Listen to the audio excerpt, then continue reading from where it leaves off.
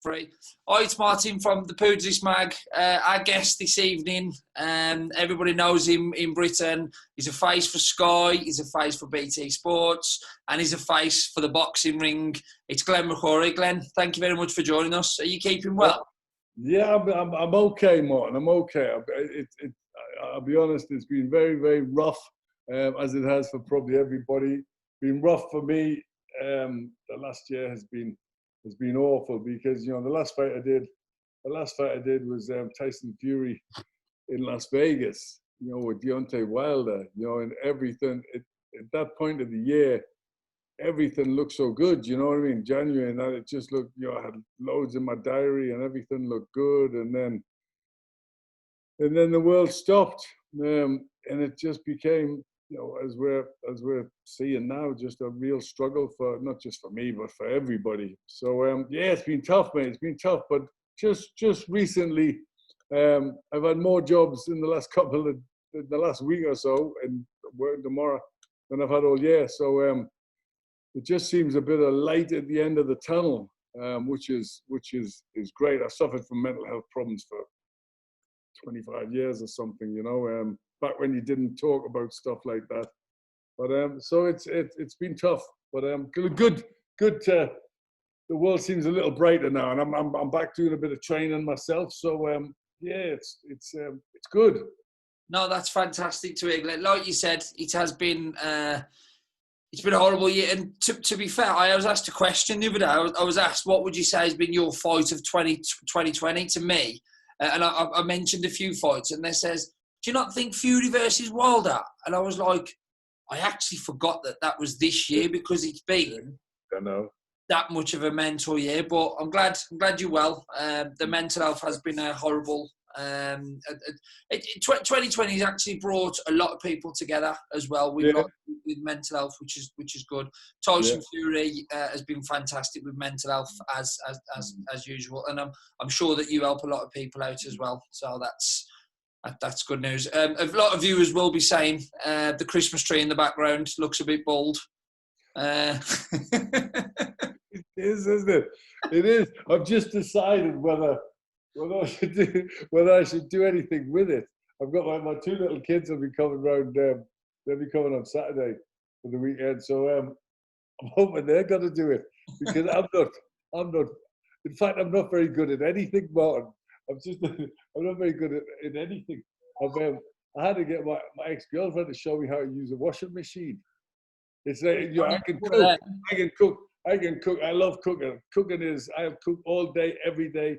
Cook, wash up, do all that. That is me. I love it. But that's about that. It ends there, mate. It ends there.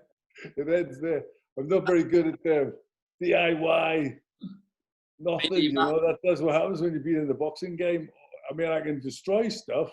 I can, you know, if something set me loose, I could probably knock a house down or something. But no good fixing anything. Look, mate, me and you both. People who know me know that if anything breaks, it's not going to be fixed. It's just going to be replaced. Or I've got I can't even put a chair together from IKEA. So that's that's good. Any good with cars? Can you do anything? Are you handy with cars or anything? Breaking them.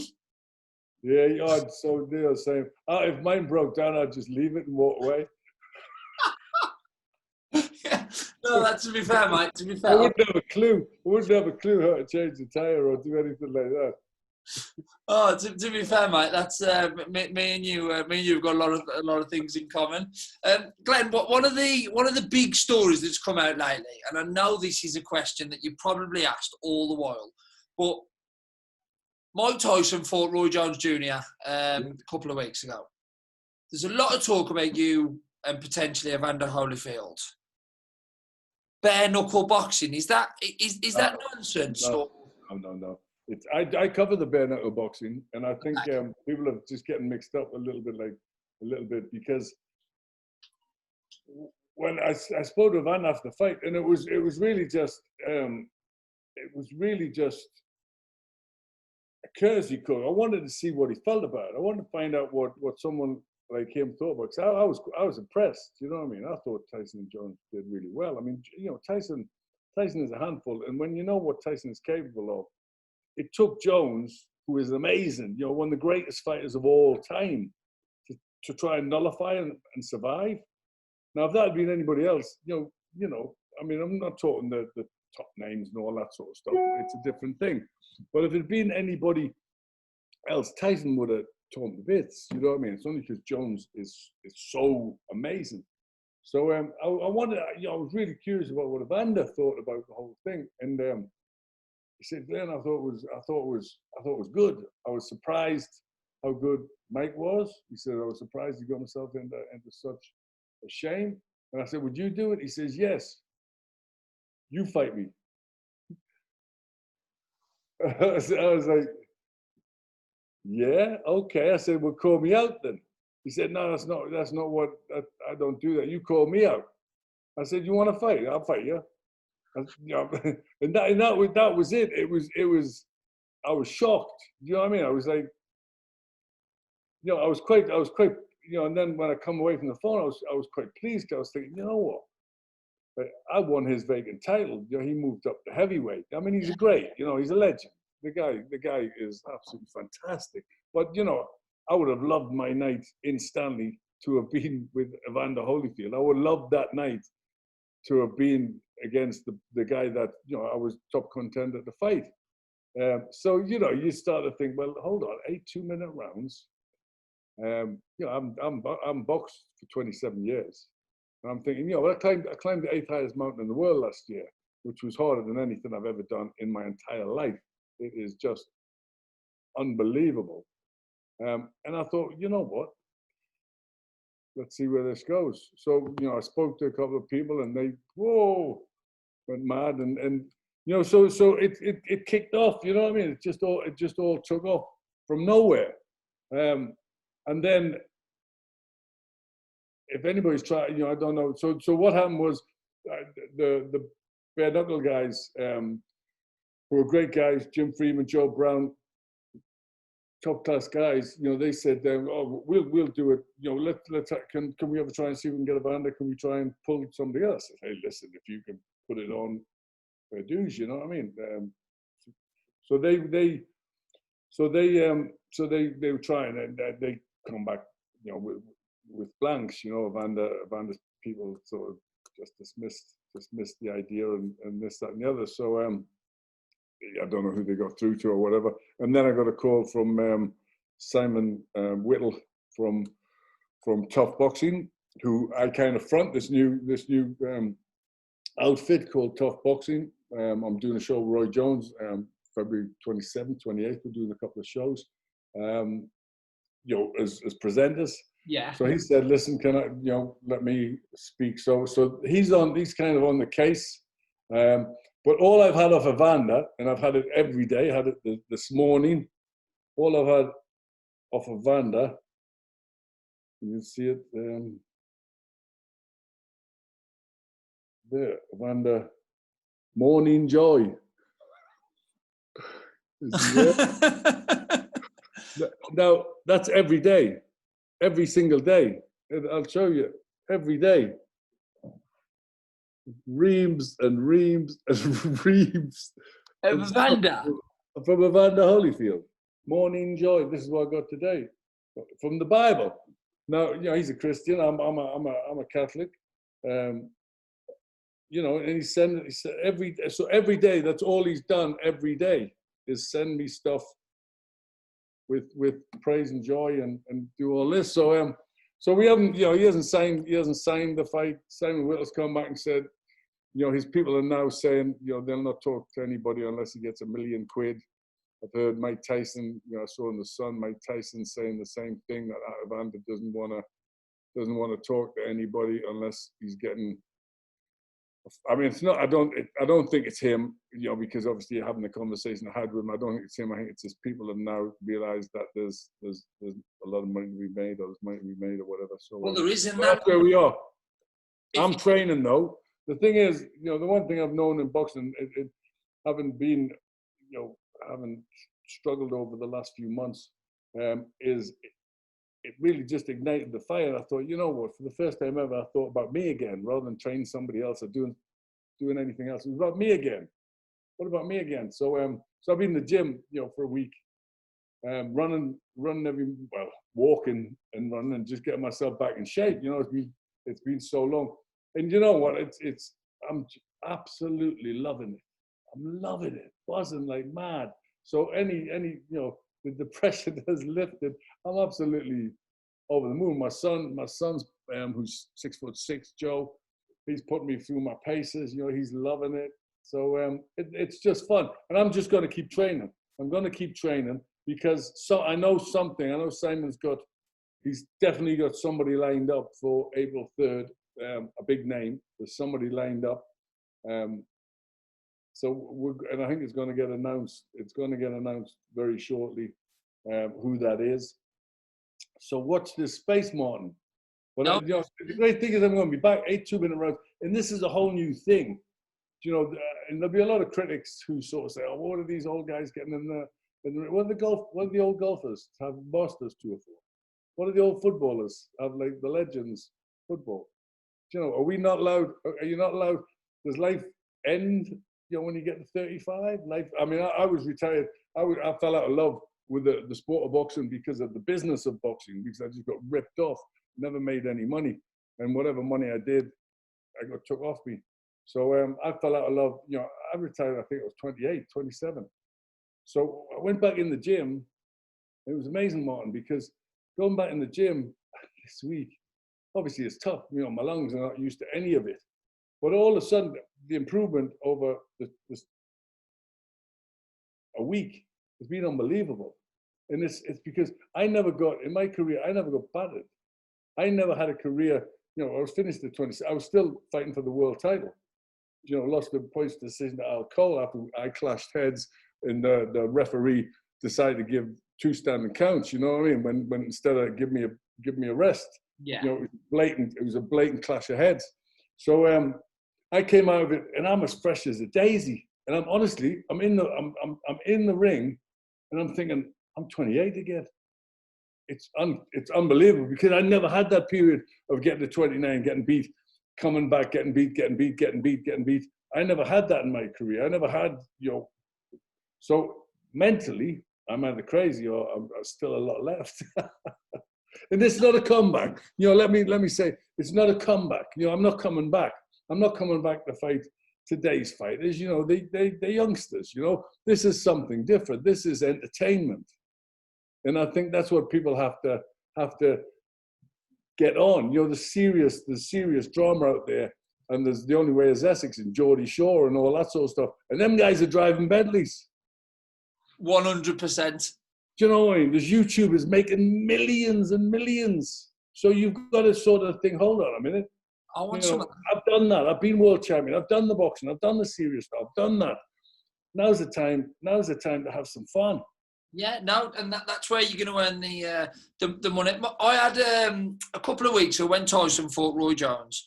I was always like, yeah, I think it'll be good. I probably won't stop up till 4 o'clock and pay for the fight, because I'm doing the same with Joshua, blah blah. And I had one person say to me, was like, yeah, but this is the first time in your entire life that you can actually watch Mike Tyson fight live. And when I looked at it like that, I was like, that's true, that is. That's like, I've never been able to see that. And that's why so many people tuned in, because like you're someone's hero. When I told my dad today that I was interviewing that, he was like, he was over the moon because he loved you when he was young. Do you know what I mean? So like, people like me, I've never seen you fight. So this is an opportunity for me to watch you fight live. Yeah, you're not going to be the young, but you're going to be more matured. You're not going to go out there for 2-minute rounds and just throw hell to leather because your body can't take it. But what Mike Tyson showed is he actually went 8 rounds and was comfortable and boxed. It was really good. I mean, I got a surprise because Tyson hasn't been the greatest liver. He hasn't lived well. He hasn't kept himself like Holyfield as an athlete and that sort of stuff. But, he obviously whipped himself into shape and he proved that can be done. The human body is an amazing thing. and you know, when you treat it right and work with it and push it, it can do amazing things. You know, there's amazing. You know, you just saw 100-year-old man walk miles and miles and miles and raise millions and millions of pounds for charity. I mean, you know, wow, what an inspiration! What an inspiration is that? 100 years of age. You know, none of us will ever dream of getting there. And this guy's walking miles, you know what I mean? I mean, absolutely outstanding achievement. So, you know, there's people want to see, you know, I wanted to see what Mike Tyson, you know, I was very eager. I was there with him as 21-year-olds in his camp. I was part of Team Tyson. So I was really keen to see what the 54-year-old Mike had left, if anything. You know, if he was going to, you know, and obviously I was worried that it was going to be a farce. But you found, right from the start, it was like, no, these were serious fighters, and they're still serious fighters. Yeah. And you know what? You can still learn something from them.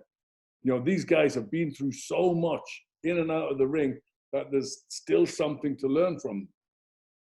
100%. It's like you said. It's the thing is, like, the body is so, it is like a special thing, but you can, like, one injury can put you back, right back when you was young. One injury could put you back for about a week. One injury for them guys would put you back for about 3-4 months. So for them to train like they've done, get themselves... Tell me, I know. I'm 2 years older. I'm 2 years older than Mike, or a year and a half older than Mike.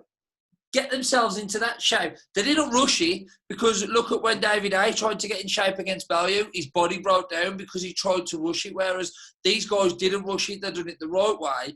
And I don't know anyone out there who's gone, yeah, but did you watch that fight? It was an absolute farce. No. It wasn't a farce. It was actually a good... Mike Tyson is still a handful. He's still a handful. Them body shots. And I don't think Tyson went 100% either. I think you got to realize who he was in with, and you know, Jones was doing everything he could to hold and grab and waste time and move around. And I mean, now, you know, you're talking about what, four-weight, 5-weight world champion. You're talking about one of the greatest fighters that's ever laced the glove on, and you know, he was able. You know, he was doing his utmost to subdue Tyson. And, you know, I mean, I thought Tyson had done enough to win it, but it was really, really good. And I think, you know, that's inspired me. I think that will inspire a lot of people that, you know, life doesn't have to be over at 40. You know, I was honestly, it's not long ago, I was sitting, you know, I'm sitting by myself, and I'm 56, and I'm thinking, like, life's over. It's done. And it reminded me of my uncles. My uncles were pitmen. Steelworkers and pitmen, but my mum's 4 brothers were all pitmen, and dad, and the pits were all closed. You know, when I was just getting ready to leave school, all the mines closed. You know, the whole northeast. This was the biggest unemployment black spot in the whole of the country, because everybody was in ships, was in steel, was in the mines. You know, so nobody had a job. Maggie Thatcher destroyed a whole region in one foul swoop, and my uncles they just give up. They just give up in their 50s and died and drank a lot and drank themselves, you know, and it was sad. You know, it was really sad. And I can remember that as a kid, and that's how I felt. I felt that it's over, you know, it's over, because there's no work, you know, boxing, which I've been in my whole life, which I love, and you know, I'm so passionate about. And it's like, it's finished, you know what I mean? And you know, yes, certain the big names are fighting, but the majority of boxing is finished. Sorry? You're making me want to come and get some beers and drive up to you and have a sit down and have a drink and watch some boxing. Yeah, but it was tough, you know, and this is just suddenly, you know, it's given me a bit of inspiration, you know, because that's where I was thinking this, you know, and it's now like, hold on a minute, and you know, all my phones never stopped. In the last week, my phone's never stopped. You know, it's and all of a sudden there's a future, and I'm getting asked to do this, and I'm getting asked to do that, and it's only because you've picked yourself up and you've said, you know, my life's not over. I'm gonna do something. I'm gonna do something special. And, you know, if I can inspire anybody else in what I do, then that's enough reward to try and say, you know, if you're in your 50s and your 50s or your 60s or your 70s or your 40s, you know, life's not over. And I know it's been tough for us all, but we've got to fight back. Next year, we've got to come out fighting. We've got to come out fighting, get our jobs back, get our businesses back, get our industries back. And, you know, and we've got to have that sort of attitude. We've got to have that fighting spirit, and I'm sure we will. Now, mate, there'll be that many people who watch this video who, during that speech, just will start smiling. That's the exact thing we need for our Prime Minister to say something like that. The way you said it, the way you went. Exactly, Absolutely we do.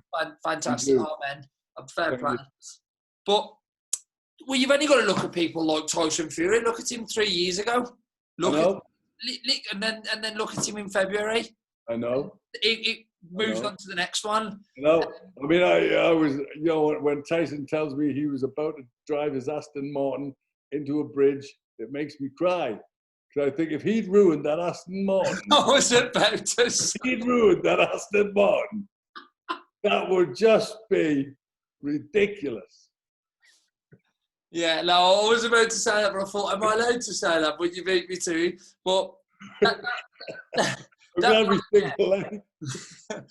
man now is an absolute legend. There's that many. He is. I love him. I love Tyson. That many people out there now who don't even like boxing love Tyson Fury for what he's done. And it leads me on to the next question. But let me tell you, first of all, I think Joshua is great as well. I got to say. Well, that's what I was going to say. Oh, yeah. See, me and you think alike, don't we? We're going to have to be a commentary team. Oh, mate, that's it. You've hit the nail on the head. My phone ain't going to stop now. It leads on. Joshua versus Pulev. The mind games from Fury and Joshua have already started. In my opinion, and I think Fury's already got one over Josh. Josh was already thinking about Fury before he fought Pulev. He done that against Ruiz, and look what happened. Do you think not saying he's going to lose to Pulev, but I do think Josh was talking a lot about Fury and Earn when they've got a hard target in front of them. Got a very hard target in front of them. Pulev is very tough, very accomplished. You know, he doesn't get beat. You know, once he's getting beat Klitschko. I mean, you know, that is impressive record. And what makes it harder for Joshua is he's been knocked out. He's been knocked out, and he got knocked out of a little fat man. You know what I mean? He got knocked out of a little fat guy. Not too much disrespect to Ruiz, because you know he's a fighter, but you know he's not in Joshua's class, and Joshua allowed that to happen because he took his eye off the ball. You know, and I got criticized. Everybody thinks, you know, I've got something against AJ or something, and I haven't. You know, I think he's a great guy. You know, I'm absolutely, you know, I'm AJ fan. You know, I just tell the truth. You know, I just say it as I think. You know, who I think is going to win, what I think is going to say. And I said it was ridiculous. This is ridiculous. Anthony Joshua's going to Miami for a training camp. Why? Why are you going to Miami? Of all the places. And I said, this is not good. This is not going to end. Oh, you're bitter. You're this. It's like, hold on a minute. So David Hay trained in Miami. You know, Miami. I've been to Miami. Yeah. Don't take people like us to Miami, not to train. It's just, you know, and I know there's good gyms there and all the rest of it, but there's also so many distractions. And okay, you don't take part in the distractions, but they're still there. Your mind's, you know, you're a human being. You know, and I just thought it was totally wrong. His mind wasn't on it. I hate it when I see 25 people in a team picture, because what do you need the other 23 for? You know, why? You know, what do they do? Joshua, you have somebody to help you make the tea, somebody to help the person that's making the tea make the tea. You know, it's like, you know, it's crazy. You just need a nice team. And he had a good team, and he took his eye off the ball. And you know, he paid for it. Credit to him, he come back. I still think he made hard work of the return. But you know, credit to him, he's taken a top fighter in Pulev. And that, you know, the one thing, AJ's got balls. You know what I mean? He's not scared of anybody. He's a fighting man. You know, and you know, I respect him. I respect him immensely. So you know, but he's got to be at his best to get past Pulev, because every fighter has now seen him on the floor. They've all seen him beat. They've seen, you know, they've seen him taken apart. And they all, when that happens, you know, and I've seen it before, when that happens, every fighter now thinks, I've got a chance. If I hit him on the chin, I've got a chance. Where there's, with some fighters, there's an air of invincibility. Like the young Tyson, fighters were scared before they got in the ring. They were beaten before they got in the ring. And in a way, Joshua, with his Olympic medals and all the rest of it, fighters would have instantly thought, I'm taking second place here. But now they've seen that, Pulev will be on fire. He'll be trying his very, very best, because his world changes if he beats Anthony Joshua. Definitely. And like, I think the best one with Fury all week, the rumour's been Tyson Fury's going to be ringside, Tyson Fury's going to be ringside, and then 2 nights before the fight, by the way, I'm not going to be ringside. And you just think, oh, he's done it again. He literally, he's going to, I don't know, he's just basically dangling a carrot in front of Joshua. And I think Fury deep down wants Joshua to win because he wants that fight. But in another way, do you really think Fury would want to fight Pulev more than Joshua? No, there's one fight, you know, I would say Fury's close to retirement. I would say, you know, he's done everything he needs to do. There's only one tick left, one box left to tick, and that's Anthony Joshua. That's the one box to tick. So, or do you think it's all the belts? I don't think, you know, he's had all the belts. He's done it all. You know, he's done it all, Tyson. And I think there's just that box to tick, Anthony Joshua. So, you know, I mean, what I love about him is, and I said again, I got criticized for this because I said, in days to come, this is a few years ago, I said when he was making his comebacks, I was out there with him, you know, went out in Marbella, was in his training camp and all that to see what he was doing, report on him. And I said, you know, this guy is an enigma. He's something different. He is outside the box. You know, he's going to be a great, you know, he's going to be a great fighter. He's going to be remembered in the same ilk as Muhammad Ali in days to come. And they said, you're mad. You are mad. Look at it now. Look at it now. Look at it now. The guy is going to be known as a heavyweight great. Yeah. And he's one more box to take, and that's Anthony Joshua. He retires then, and he's going to be undefeated heavyweight champion of the world who's done the lot. And, you know, but it's not over. It's not over till it's over. And yeah. AJ is on his best, is a very, very good fighter. And, you know, if he can get it right, you know, and I can't wait. You know, I hope AJ comes through the Pulev fight, you know, very well. And what would be better that we get announced June next year in Great Britain, there is going to be the clash of the Titans, the undisputed versus the undisputed, and it's going to be the biggest fight in British boxing ever. You'd be the world. Maybe the world. Literally, it's just going to be, especially with the year we've had, with the year of 2020 we had. Oh, it would be amazing. That would just be, and not just Tyson Fury's boxing, like everything he done over lockdown. Like me and my wife, this is God's honest truth. Every night we used to follow him on Instagram, and we used to do these workouts in our living room. Yeah. Like, what are you doing? And I'm like, leave me alone. I'm just doing a half an hour session with Tyson Fury. And that's what he done. It was just brilliant. But Joshua versus Pulev, it's a lot closer than what I think is a lot closer than what people think, because Joshua can box as well. Fury's been down. Joshua's lost before.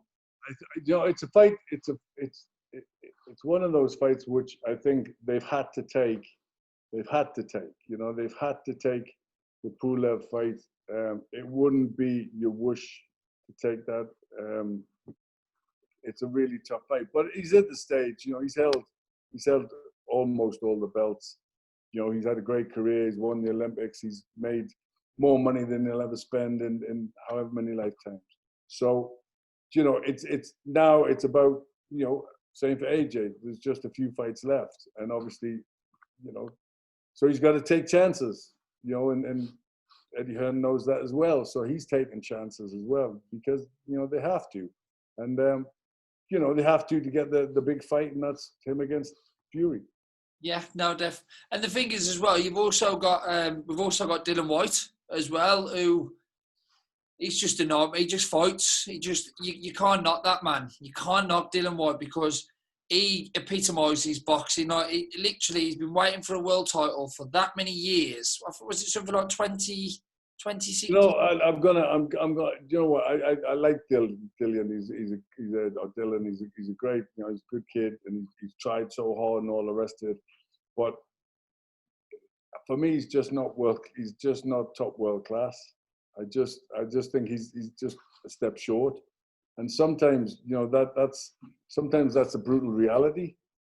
That he's just not quite the A+ fighter that makes you heavyweight champion of the world.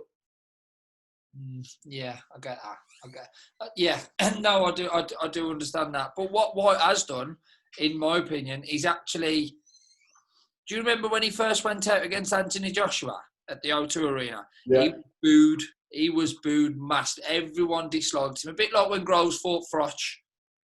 After that fight, probably not so much after that fight, years on, Dylan White's actually packed out the O2 Arena himself. He's actually made fans. So in that, I think... No, that's great. That's great. But also, it helps if you've got top promoters, doesn't it? Yeah. Eddie is Eddie's the top promoter. Eddie, he can make his fighters into all sorts of things. He can give them the opportunity time and time again. So it's great when you've got somebody like that behind you. When you've got somebody like Eddie Hearn behind you, that's great. You get the opportunity. You get the chances again and again and again. And that's what Eddie's done for him. He's. So that's great, but it's a bit tougher. It's a bit tougher back in our day when you got these guys in. What's your name? I think 1 year you had. I think I was reading it in 14 months. I think you had 12 fights. That's nearly a fight a month. I know. I wasn't the best managed, I don't know if you've ever looked, but my manager didn't give me a trainer so he could keep the money. So I didn't have a trainer. All my early fights, and the only trainer I ever had was my assistant amateur coach through my whole career. And that was because I didn't have a trainer. I came back to the Northeast. He didn't give me a trainer in London, Doug Bidwell.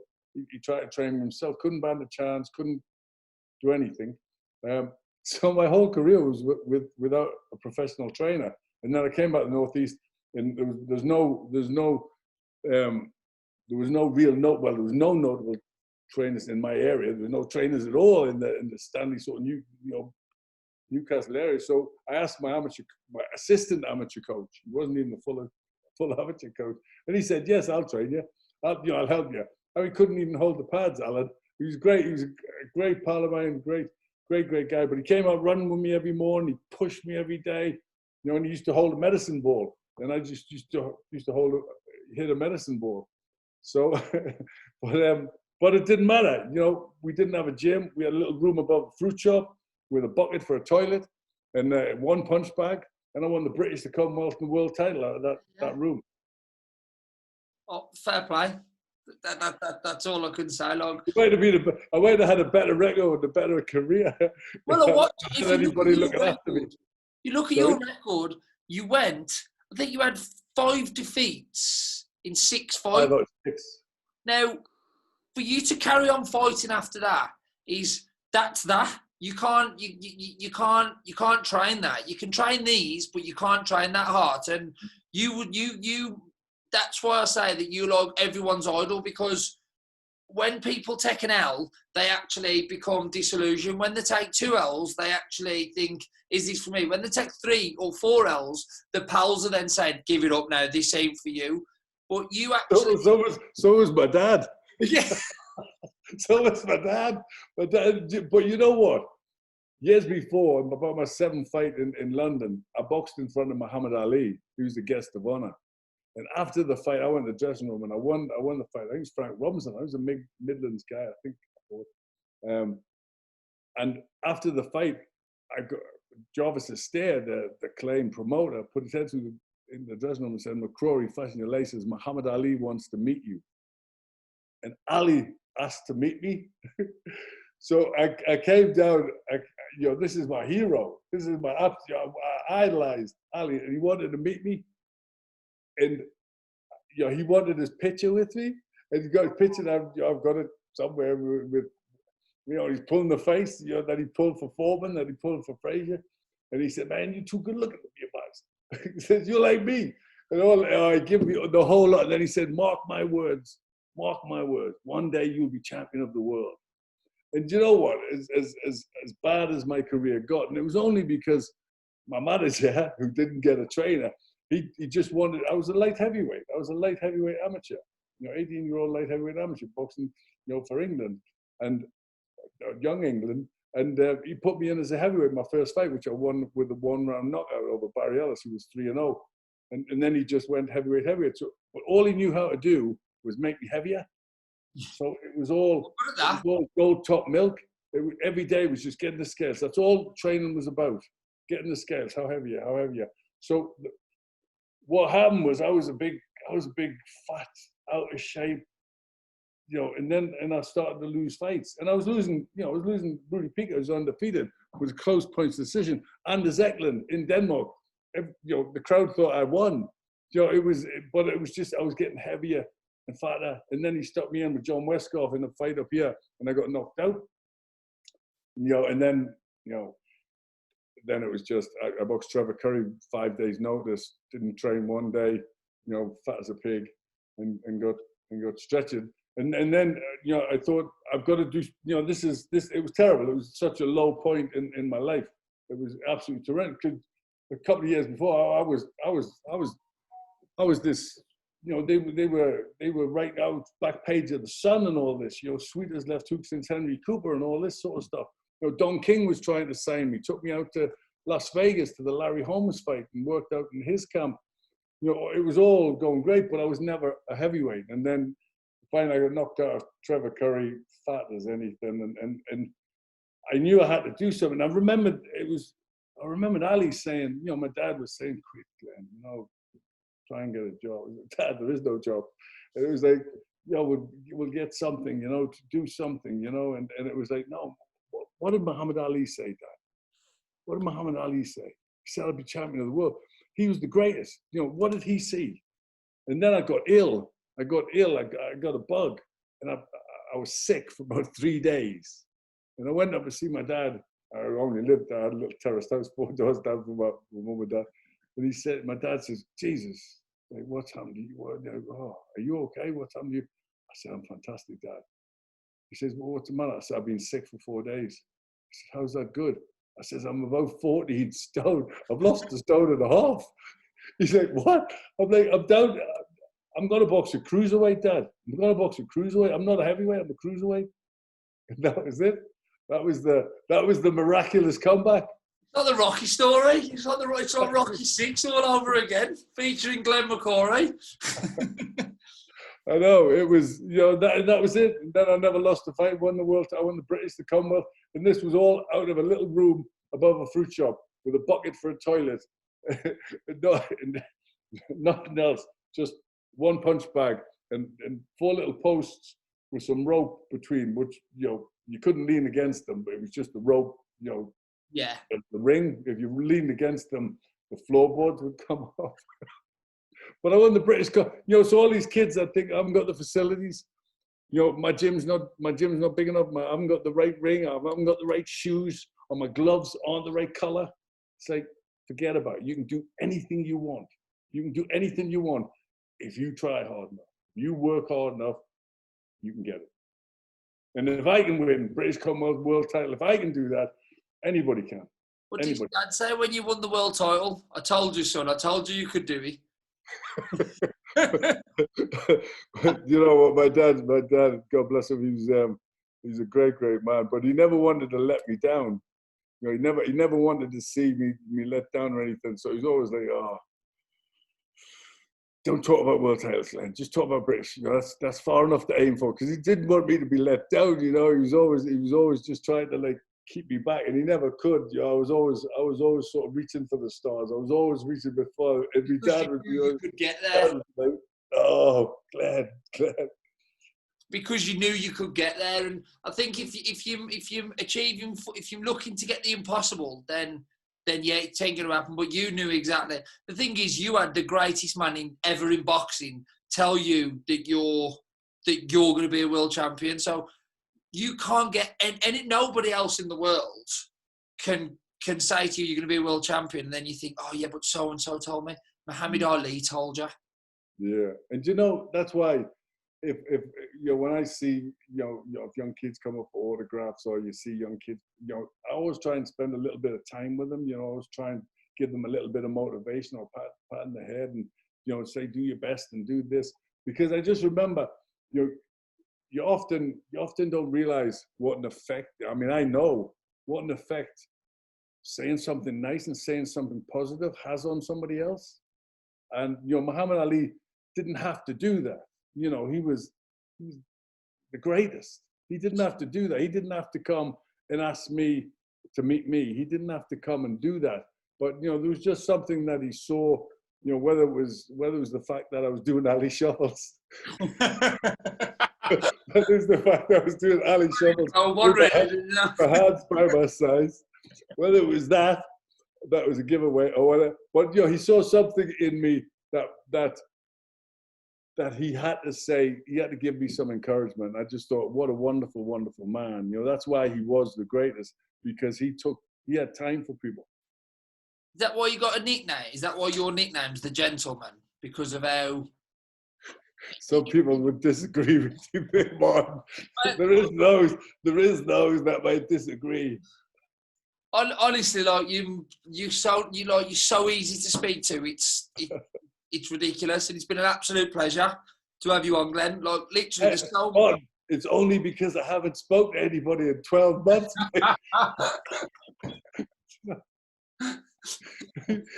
Oh, there's me feeling privileged then. No, I'm just glad to speak to anybody. I phone people up to ask if they'll speak to me. I thought it was funny when you emailed me today saying, can you give me an interview? Yes, please.